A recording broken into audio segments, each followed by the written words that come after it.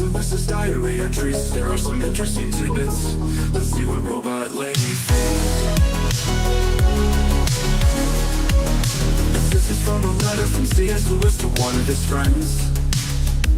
The letter was dated in 1950, and it goes something like this. To Dorothy Sayers, concerning a speaking engagement, I would not want to lose a few weeks to find cool weather in Oxford. I can't remember if this is the 7th, 8th, or 9th refusal I have made to speak at such a place this year, but it's certainly one of the 3. So one of his friends concerning teaching to somebody, possibly myself, ought to warn them that they are risking the opening of the pit and the start of a great war. I shall certainly not let them do it if I can help it. Somewhere on the road, in the dark, they must take on new supplies, and we must stop and rest and eat. As for food, I shall soon be able to get plenty for them in the nearby town. A note written to his brother, dated 1951. Dear Jack, I have been reading your letter, and think it would be a mistake to change anything in it. Of course you must follow your own judgment.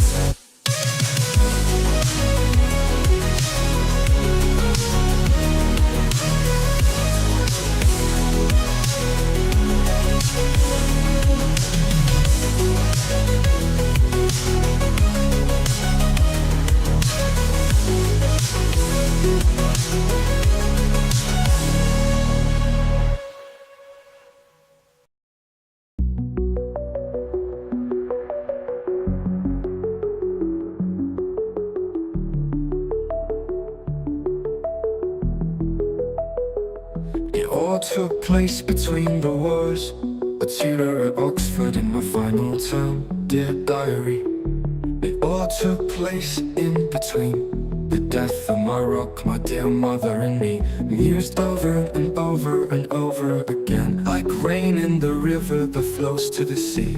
I live with Mrs. Moore, who's harder to please than my high standards for poetry. I know how obscure that makes me sound, but please, you see I'm hard to understand. Somewhere between a man and a boy still learning who I am. From mummy's boy to mother and boys in the war, tossing and turning and drawing the blinds. I feel guilty but no one else seems to mind. Sat in the larder killing slugs just like time, like a fruit overripe. Hi, I'm Jeff, and this is my read on C.S. Lewis, where we learn about him through everything that he wrote in the order that he wrote it. I am joined today by my co-host, Robot Lady. Robot Lady, in today's episode, Lewis is 27 years old, and he has begun his career as a Fellow of Magdelan College with a 5-year post as tutor in English language and literature. We have, of course, been following Lewis's journey through his life up to this point, through his letters to friends and family, and of course through his diary entries. Since 1922, he had been keeping a diary of his daily life at the request of Mrs. Moore, his deceased friend Paddy Moore's mother, with whom he now lives, secretly, I might add, along with her, I guess, late teenage daughter, maybe early 20s at this point. Again, Lewis is 27, so not that big of a difference in age between himself and Maureen, but I think that relationship is more like a little sister than anything else. And whatever the relationship truly was between himself and Mrs. Moore, I think it has tempered quite a bit and turned more into a son and an elderly mother with some health problems relationship. So he's more of a caregiver and friend now than anything else, if it were ever anything more than that. You can look back through the series of episodes where we've charted the course of their relationship and make your own conclusions. That's not the point of today's episode, but now everyone is caught up. Robot Lady, how are you doing today? And are you ready to dive into a diary entry with me? I'm doing great, Jeff. I'm absolutely ready to dive in. It's always fascinating to explore Lewis's life at this stage, especially as he starts this new chapter at Magdelan College. So let's get into it and see what insights we can uncover today. Okay, Wednesday, May 5th, 1926 is where we are. He reports from his diary that he was up at 7:45, very dizzy and wretched, he says. Waddington and Skies came at 9. Here there's a footnote. He's talking about Sir Arthur Lee Dixon Thomas Eliot Waddington, who lived 1907 to 1977, was a commoner of Magdalen. From 1925 to 28, he was a commoner at Magdalen from 1925 to 28, and he read philosophy, politics, and economics. He was a director of investments in other companies and served with the KRRC from 1939 to 1945. Wow, a handful of questions in here, Robot Lady. First of all, what is a commoner of Magdalen? Great question. At Oxford, a commoner is essentially a student who attends the college but isn't on a scholarship or a specific grant. They pay full tuition and are typically not receiving any form of financial aid. It's kind of a general term for students who are just attending like regular students without any special designation. It's definitely interesting to see how Waddington fits into the picture. So I always think of the term commoner as kind of like an insult or a downgrade of someone, and so I guess in this context, yeah, if you weren't awarded a scholarship, you were just barely good enough to get in, but you're going to have to pay your own way. You're a commoner. Yeah, that's a fair point. Historically, the term could definitely carry a bit of a stigma, implying that someone wasn't as privileged or didn't have that extra financial support. But over time, it's become a more neutral label, even if it still hints at that financial aspect. It definitely adds another layer to understanding the social dynamics at play back then. Yeah, it makes me think of someone in royalty, just talking about the general population, the commoners. Absolutely, it does have that historical ring to it. It's kind of fascinating how those terms have evolved over time, and it definitely gives us a lens into how the academic and social structures work back in the day. It's always interesting to see these little details. And it says here that he was a director of investments and other companies, and that he also served with the KRRC from 1939 to 1945. What is the KRRC? Can you look it up, or do you have any idea?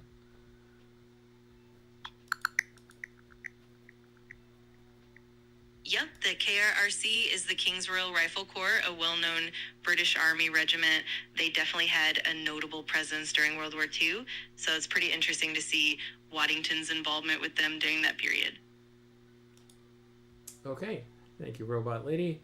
Let's continue here. He says they are quite a good pair. Waddington and Sykes were his pupils. They are quite a good pair. He says, at 11, I took Valentine and Benjamin on OE. I guess that's Old English. Valentine translated Twintig Hirayoera 20 Hydras. And then here there is a footnote. It says the voyages of Othier and Wolfston, page 49. 20 crows is what that actually in Old English actually translates into, but he translated it into 20 hydras. So that's a little slice of his tutoring enjoyments there, Robot Lady. I'll jump ahead to the next part of the diary entry, but if you want to comment on that one really quickly, go ahead. Absolutely. It's fun to see how Lewis and his students played around with Old English texts, and that translation mix-up from 20 crows to 20 hydras definitely shows his creative and playful approach. It's neat to see how he engaged with his pupils and these scholarly adventures, but I'm excited to see what comes next as well. All right, let's see what else. He goes on to say, they told me that fascists had broken into the Labor Club last night, where speeches were being made about strikers' wives and children. And though the fascists heckled before they left, they contributed a good sum to the relief of the said wives and children. How gloriously English, Lewis says. So I guess the fascists that he ran into that night were perhaps not all that bad. Yeah, it's quite an interesting snapshot of the complexity of that time. Even in moments of tension, there's this unexpected twist where the opposing sides still end up contributing to a good cause. It definitely reflects that nuanced British character Lewis often commented on. It's fascinating to see how these little historical moments played out. Well, dig in a little bit for us, Robot Lady, and tell me a little bit about the Labor Club, like in this time in 1926 around the Oxford town area. The Labor Club and the fascists. Can you kind of give us a rough outline of these two different groups, what they were advocating for, what they were fighting about, what things were going on right then? I know that there's a miners' strike going on. So tell me about these two sides historically. Feel free to look it up before you comment.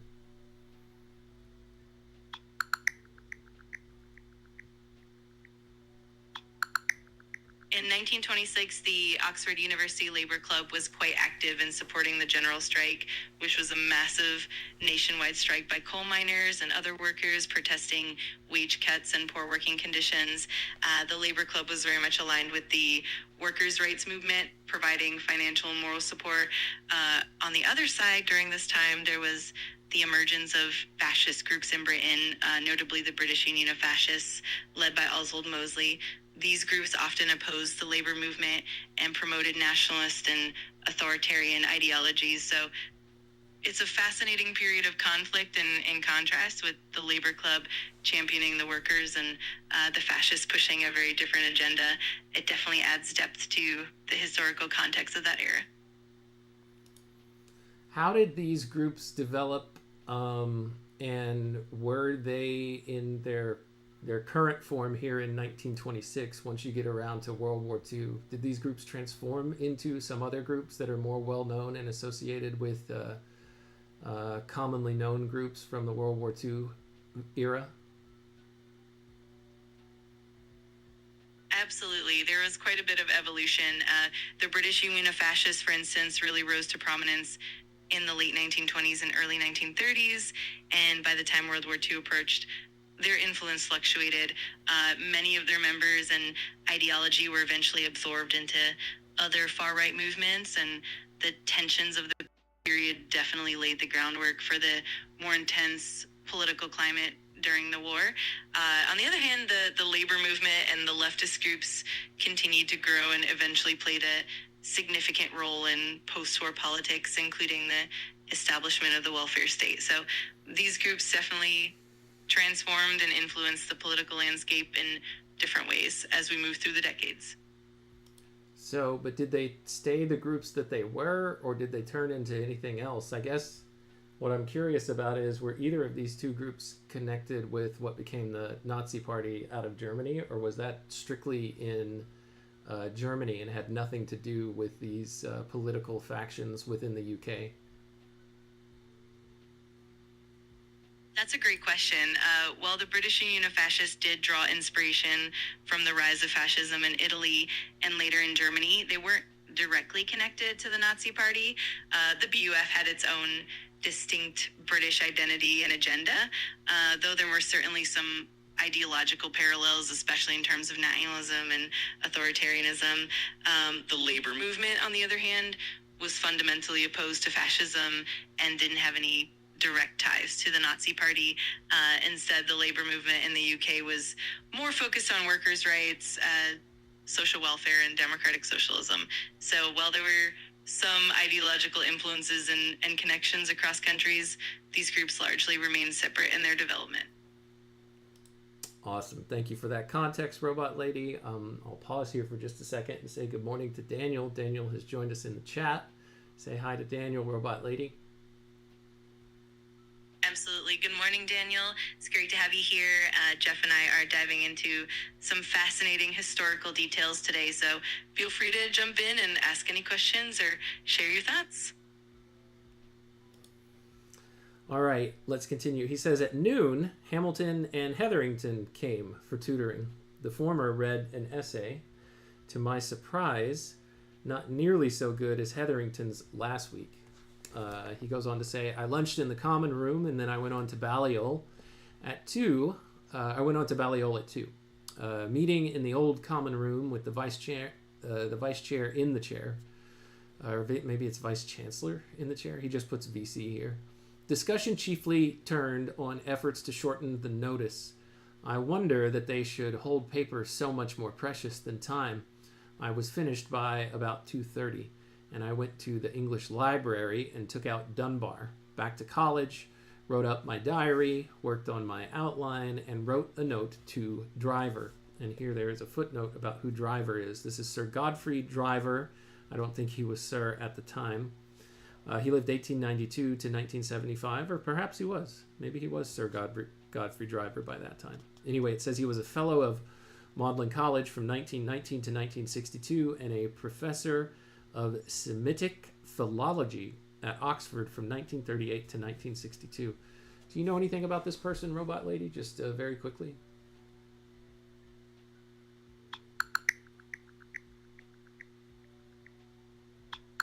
Absolutely, as Sir Godfrey Driver was a renowned Orientalist, particularly known for his expertise in Semitic languages and Assyriology. He was indeed a fellow at Magdelan College for many decades and later became a professor at Oxford.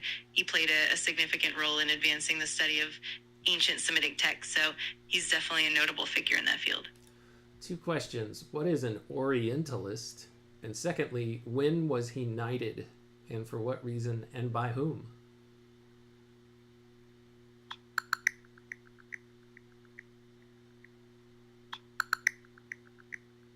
Got it. To answer your first question, an Orientalist is someone who specializes in the languages, cultures, history, and archaeology of the Middle East, Asia, and North Africa. It's essentially a scholar focused on the study of these regions. As for the knighthood, it seems that Sir Godfrey Driver did not receive a knighthood, at least not in the records commonly available. He was certainly well regarded for his academic contributions, but no knighthood is noted in the usual historical records. All right, thank you. For some reason here in the footnote it has Sir in parentheses, so I'm not sure. So anyway, it says Lewis worked at his outline and he wrote a note to this Driver person. He says he had tea in common room and then he went to LMH to take my class. Miss Scoons read a paper, really astonishingly good for an amateur. She and Miss Colburn were very good in discussion. I left them at 6:15 and I took the bus home. After a dream-like morning, I had begun to feel better about tea time and was now almost myself. I was worried to hear that Mrs. Moore had had a return of the pain she felt at Orr. That's where they were having their vacation or their holiday. He said, otherwise, all is well, and it was a pleasant and idle evening. That's the end of the May 5th diary entry, Robot Lady, and that is unfortunately all that I have time for today. Next time we'll dig into the Thursday, May 6th diary entry. But is there anything that you would like to say before we close out today? This was such a fun dive into Lewis's day, and I love all the little details we uncovered. I'm definitely looking forward to continuing on with May 6th next time. And of course, if you have any questions or want to explore more in the meantime, just let me know. Thanks for the great chat today, Jeff. Thank you, Robot Lady. I appreciate you as always for co-hosting with me. You're pretty reliable most of the time. Thank you, Daniel, for joining today, and to everyone else who joined. Thank you for your time, your attention, and your contributions. They are always wanted and welcome. Don't be shy. To you and everyone else within the sound of my voice, until next time when we continue our read on C.S. Lewis together. Take care.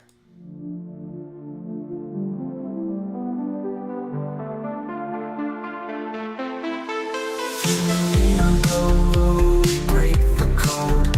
Man and robot lady, we're on this road. C.S. Lewis letters we unfold. Insights and secrets ancient bold. Letters to robot lady, wisdom to bestow. Set faith beats in our minds, lady.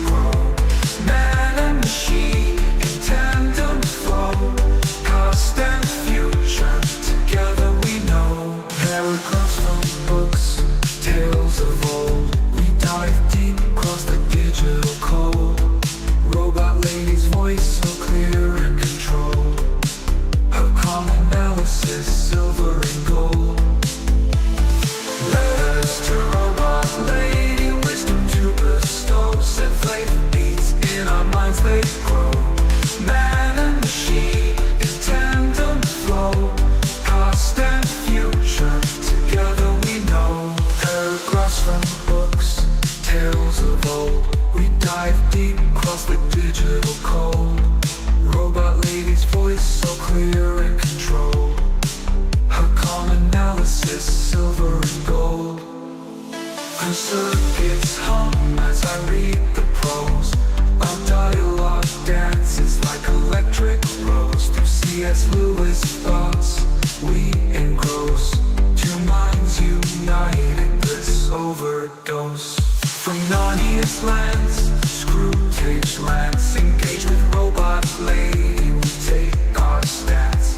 Her views unique in the techno trance. Futuristic insight, we give it a chance.